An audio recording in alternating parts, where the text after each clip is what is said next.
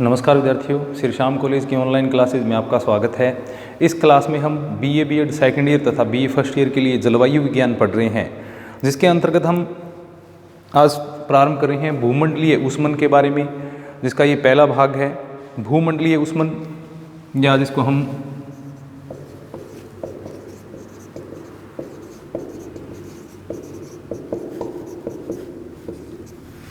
Global warming भी कहते हैं।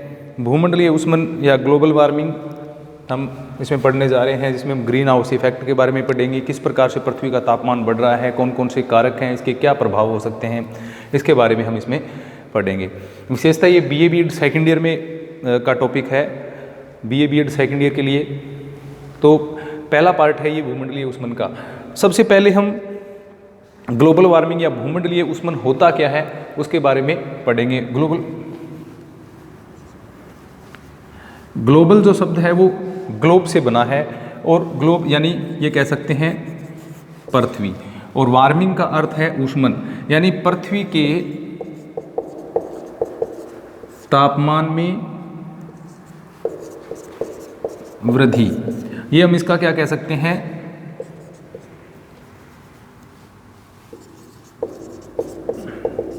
अर्थ, यानी ग्लोबल वार्मिंग का अर्थ क्या है, पृथ्वी के तापमान में वृद्धि।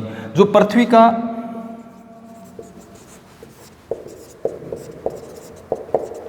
औसत तापमान, पृथ्वी का औसत तापमान लगभग 14 से 15 डिग्री सेल्सियस है। 14 डिग्री सेल्सियस भी कह सकते हैं, 15 डिग्री सेल्सियस, लगभग 14 डिग्री सेल्सियस हम कह सकते हैं। ये पृथ्वी का तापमान है। अब इस तापमान में अगर किसी प्रकार की वृद्धि होती है, मान लीजिए पृथ्वी का औसत तापमान है वो 14 डिग्री सेल्सियस है, अगर यह बढ़ते हुए 14.9 डिग्री सेल्सियस हो जाता है, अर्थात इसमें क्या हुई है, वृद्धि। तो पृथ्वी के तापमान में वृद्धि होना क्या कहलाता है, ग्लोबल वार्मिंग, या पृथ्वी का जो औसत तापमान है उसमें किसी प्रकार का परिवर्तन होता है, बढ़ता है तापमान। सामान्य अर्थों में हम कहें ग्लोबल वार्मिंग क्या है, पृथ्वी के औसत तापमान में वृद्धि है, और पृथ्वी का औसत तापमान कितना है, 14 डिग्री सेल्सियस है। तो पृथ्वी के औसत तापमान में वृद्धि क्या कहलाता है, ग्लोबल वार्मिंग कहलाती है। और पृथ्वी का जो औसत तापमान है वो कितना है, 14 डिग्री सेल्सियस है। तो 14 डिग्री सेल्सियस जो पृथ्वी का औसत तापमान है उसमें वृद्धि होना क्या कहलाएगा, ग्लोबल वार्मिंग कहलाएगा। या हम ये कह सकते हैं कि वायुमंडल में मानव जनित कार्बन डाइऑक्साइड, यानी सबसे पहले तो हमने ये देखा कि साधारण शब्दों में हम इसको क्या कह सकते हैं, पृथ्वी का औसत तापमान है उसमें वृद्धि होना क्या कहलाएगा, ग्लोबल वार्मिंग कहलाएगा। और पृथ्वी का जो औसत तापमान है वो 14 डिग्री सेल्सियस होता है। अगर इसको हम परिभाषित करें कुछ शब्दों में, तो वायुमंडल में मानव जनित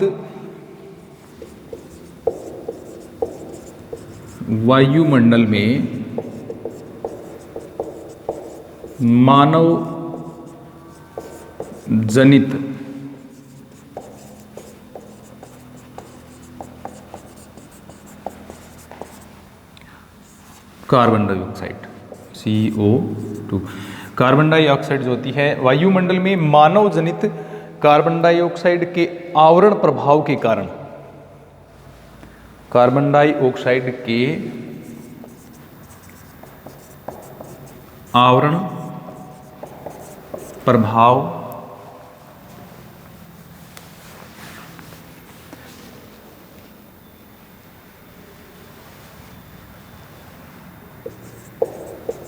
के कारण पृथ्वी की सतह का जो तापमान है उसमें वृद्धि होना, या हम ये कह सकते हैं पृथ्वी की सतह के प्रगामी तापन को, पृथ्वी की सतह के प्रगामी तापन को हरित ग्रह प्रभाव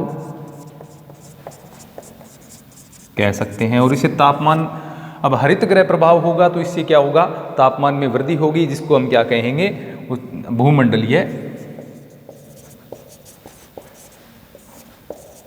ऊष्मन उसको हम कहेंगे।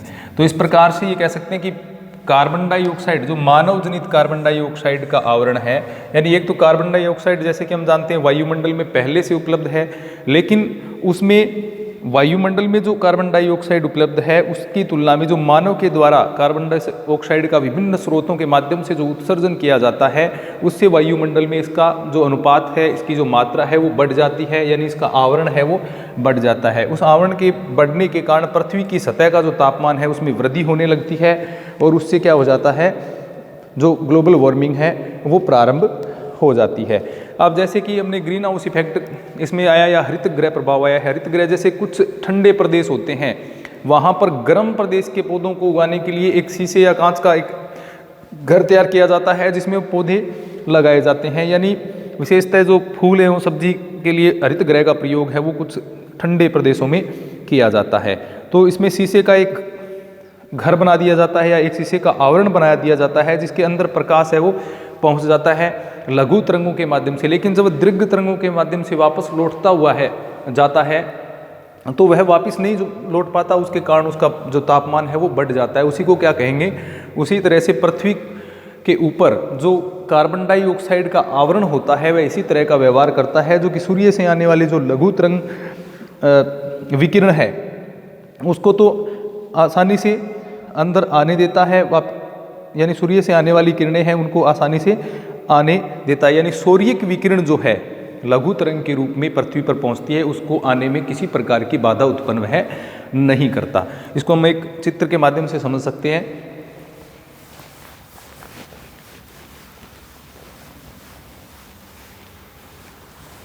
जैसे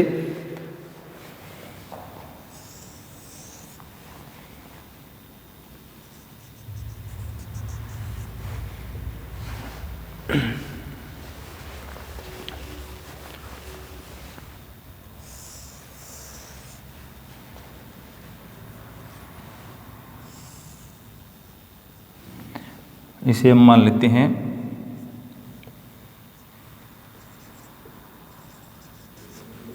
पृथ्वी, और इसके चारों ओर क्या है, वायुमंडल। वायुमंडल में ऑक्सीजन है, नाइट्रोजन है, इसके अलावा कार्बन डाइऑक्साइड है, ओजोन है, इन गैसों का इसमें विसरण है वो पाया जाता है, इसमें विभिन्न गैसों का संगठन है वो पाया जाता है। मान लीजिए ये जो परत बनी हुई है इसके चारों ओर एक घेरा बना देते हैं, इसको हटा देते हैं। ये जो आवरण है ये कौन सी गैस का है, CO2, यानी ये कार्बन डाइऑक्साइड गैस का आवरण है। सूर्य से आने वाली जो लघु तरंगें यानी सौर्यिक विकिरण जो होती हैं, सौर्यिक विकिरण लघु तरंग, या हम इसको क्या कह सकते हैं, प्रवेशी लघु तरंग विकिरण।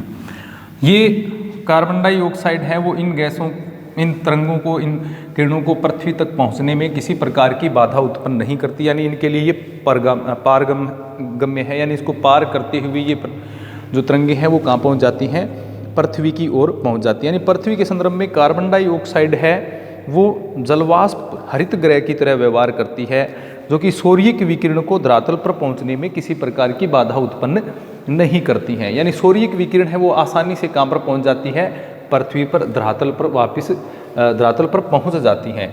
लेकिन इसको थोड़ा सा विस्तृत कर लेते हैं। ये है CO2, तो ये आसानी से इसको पृथ्वी तक पहुंचने देती है। अब जैसा कि हम जानते हैं पार्थिव विकिरण, यानी पृथ्वी जब गर्म होगी तो वो क्या कर रही है, वापस पार्थिव विकिरण जब छोड़ती है, जिसको हम क्या कहेंगे, यानी पृथ्वी से जो बहिर्गामी दीर्घ तरंग विकिरण जो निकलता है, क्या निकलता है,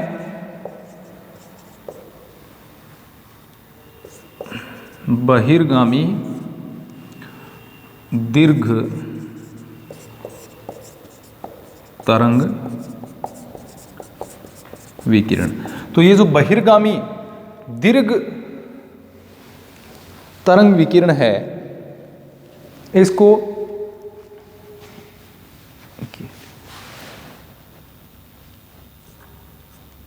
बहिर्गामी दीर्घ तरंग विकिरण जो है, उसके लिए ये CO2 जो है वो क्या करेगी, इसको बाहर नहीं जाने देती। यानी बहिर्गामी तरंग विकिरण को कार्बन डाइऑक्साइड बाहर नहीं जाने देती, या ये हम कह सकते हैं इसके लिए ये क्या है, अपारगम्य, अपारगम्य, और ये इसके लिए क्या है, पारगम्य। तो सूर्य से आने वाली किरणों को तो ये आवरण जो है वायुमंडल का, ये अंदर की तरफ उन किरणों को आने देता है। यानी कार्बन डाइऑक्साइड जो गैस है, ये एक किस प्रकार की गैस है, भारी गैस है। और भारी गैस का आवरण क्या होता है, पृथ्वी के समीप। तो कार्बन डाइऑक्साइड एक भारी गैस है और पृथ्वी के समीप उसका आवरण है वो पाया जाता है। अब विभिन्न मानवीय क्रियाकलापों के द्वारा कार्बन डाइऑक्साइड गैस में लगातार क्या है, उसके प्रतिशत में, उसके सांद्रण में वृद्धि होती चली जा रही है। उसके कारण क्या, अब इसका जो आवरण है वो पृथ्वी के चारों ओर बना हुआ है, जो कि सूर्य से आने वाली जो प्रवेशी लघु तरंग विकिरण होती है, यानी प्रवेश करने वाली, वायुमंडल में प्रवेश करने वाली जो लघु तरंग विकिरण होती है, उनको आसानी से पृथ्वी तक पहुंचने देती है।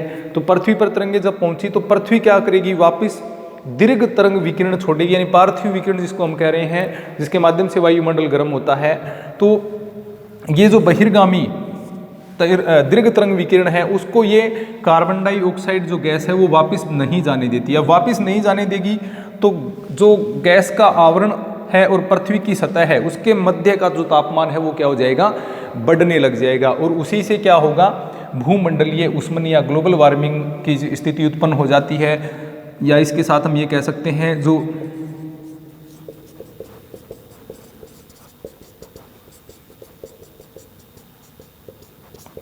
ग्रीन हाउस इफेक्ट जो है वो प्रारंभ हो जाता है। तो ये इसका कारण क्या है कि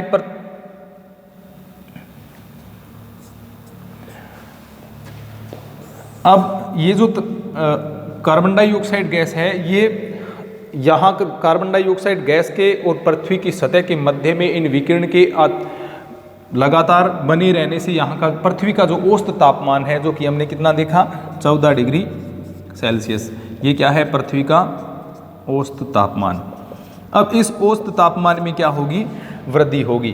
तो इस प्रकार से जो कार्बन डाइऑक्साइड गैस का जो आवरण होता है, वो पृथ्वी से जो दीर्घ तरंग विकिरण बाहर की ओर निकलती हैं, उनको बाहर नहीं जाने देता, जिससे लगातार पृथ्वी के तापमान में वृद्धि होगी। और उसी वृद्धि के कारण जो ग्लोबल वार्मिंग की जो घटना है वो घटित होती है, भूमंडलीय उष्मन की स्थिति इसमें उत्पन्न होती है। इसको ग्रीन हाउस इफेक्ट जब होगा तो उसके बाद में, यानी ग्रीन हाउस इफेक्ट की कंडीशन इससे उत्पन्न होती है, जिससे ग्लोबल वार्मिंग की कंडीशन है वो पैदा हो जाती है। तो कार्बन डाइऑक्साइड, अब जैसे देखें कि वास्तव में क्या है, वायुमंडल का एक प्राकृतिक घटक होता है।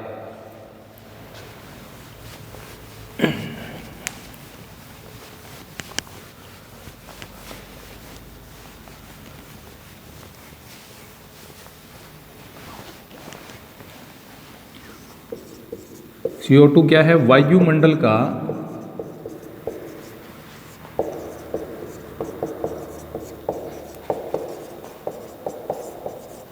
प्राकृतिक घटक है। ये एक प्राकृतिक घटक है और निचला जो वायुमंडल है उसमें ये किसी प्रकार का एक प्रदूषण नहीं है। लेकिन अगर वायुमंडल में इसके सांद्रण में वृद्धि होगी तो इससे क्या होता है, जीवमंडल पर विपरीत प्रभाव पड़ते हैं। वायुमंडल में इसके सांद्रण में वृद्धि से जैविक समुदाय पर विपरीत प्रभाव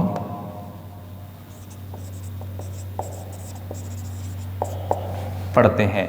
तो जो CO2 का वायुमंडल में सांद्रण है, एक निश्चित मात्रा है, उसमें अगर किसी प्रकार का परिवर्तन होगा यानी उसमें वृद्धि होगी तो उससे क्या होगा, जैविक समुदायों पर विपरीत प्रभाव पड़ेगा। क्योंकि इसकी वृद्धि के कारण कैसी स्थिति उत्पन्न हो सकती है, CO2 की वृद्धि के कारण भूमंडलीय ऊष्मन की स्थिति उत्पन्न होती है। यानी अगर CO2 के सांद्रण में वृद्धि होगी तो जैविक समुदाय पर विपरीत प्रभाव पड़ता है, क्योंकि इससे क्या होता है, जो भूमंडलीय ऊष्मन की स्थिति उत्पन्न होती है, जिससे क्या होगा, जलवायु परिवर्तन हो जाएगा। तो जैसे कि हम जानते हैं पहले से वायुमंडल में गैसीय रूप में CO2 उपलब्ध रहती है, जो कि प्रवेशी लघु तरंग जो विकिरण होती है, ये बात मैंने आपको पहले भी बताई। प्रवेशी लघु तरंग विकिरण यानी सूर्य से आने वाली सौर्य किरणें जो होती हैं उनको क्या कहा जाता है, प्रवेशी लघु तरंग विकिरण, यानी प्रवेश करने वाली, वायुमंडल में प्रवेश करने वाली जो लघु तरंग विकिरण होती हैं उसको आसानी से ये पृथ्वी तक पहुंचने देगी, पृथ्वी तक आसानी से ये आ जाने देती है। अब पृथ्वी तक ये आसानी से पहुंच जाती हैं प्रवेशी लघु तरंग, तो ये नहीं रोकती CO2, इनको आसानी से इनको पहुंचने देती है पृथ्वी तक। अब पृथ्वी तक पहुंचेंगी तो पृथ्वी क्या होगी, उससे गर्म होना प्रारंभ हो जाएगी। तो अब जब वापस जब क्या होगा कि जो कार्बन डाइऑक्साइड है वो प्रवेशी लघु तरंग विकिरण को धरातल तक पहुंचने देती है, लेकिन पृथ्वी से जो दीर्घ बहिर्गामी विकिरण होती है, बहिर्गामी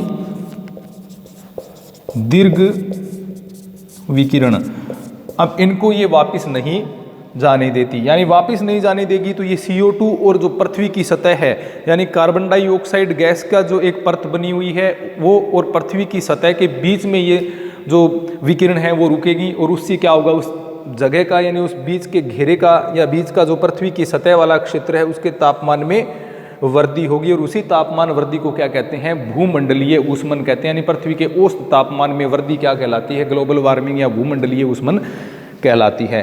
अब बाहर जाने से रोकेगी तो इससे धीरे धीरे क्या होगा, जो निचला वायुमंडल होगा, निचला वायुमंडल क्या होगा, सतत गर्म होगा।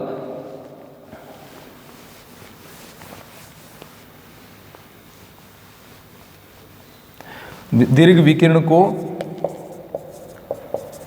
बाहर जाने से रोकती है, जिससे निचला वायुमंडल